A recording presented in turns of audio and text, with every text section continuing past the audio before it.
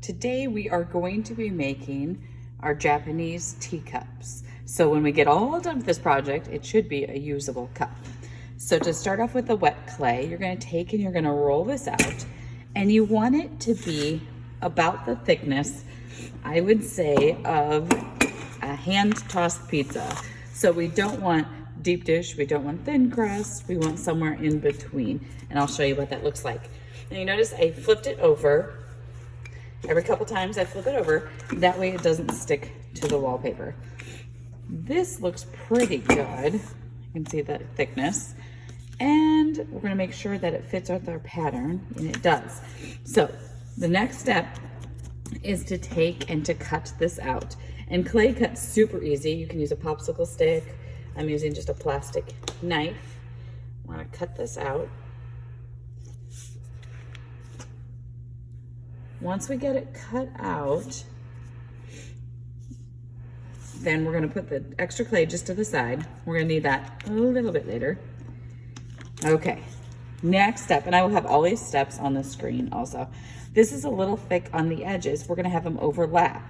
And where it overlaps, that's just gonna be a little too thick. So I'm just gonna pinch the edges just to make them a little bit thinner on both sides.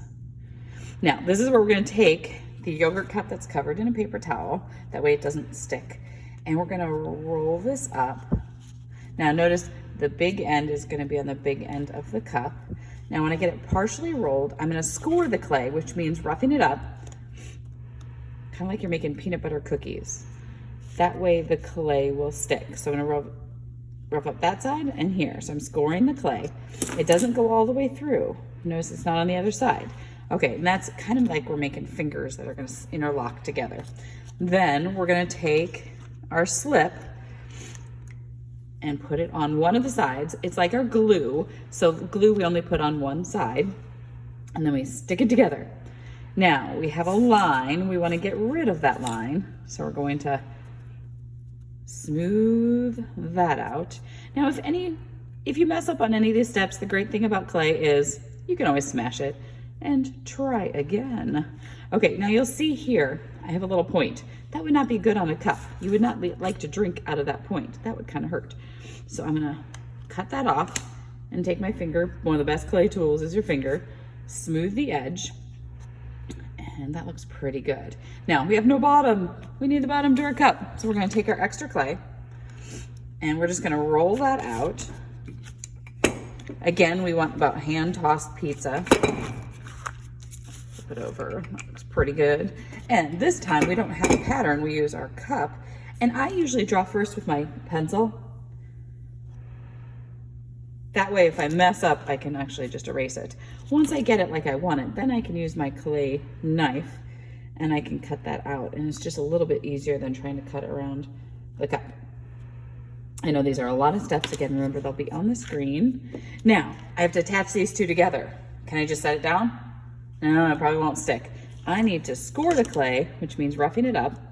A little harder to do on this side. And then on this side, just the edges, because the center is not gonna touch. My glue, which is slip. The word in ceramics is slip. We're gonna set it down. Now, this is where I flip it over. Now that line would not be good to have. Water could leak out. So we need to take our finger and smear that so the line disappears all the way around it. And we are getting really close to being done. If you have a lot that goes over, you can just smear that too. That is not a problem. Our best tool is your finger, especially for smearing. Notice I'm not adding a lot of water to this because I don't want to get the clay too wet. This water or slip is really just our glue. Okay, we are pretty much done. The only thing left we have to do is on the bottom with the pencil, you need to write your initials. If you have a short name, you can do that too. And your class. So let's say I'm in 2A. Okay, and then you can be done. But if you want to, on the outside, you can draw designs in it.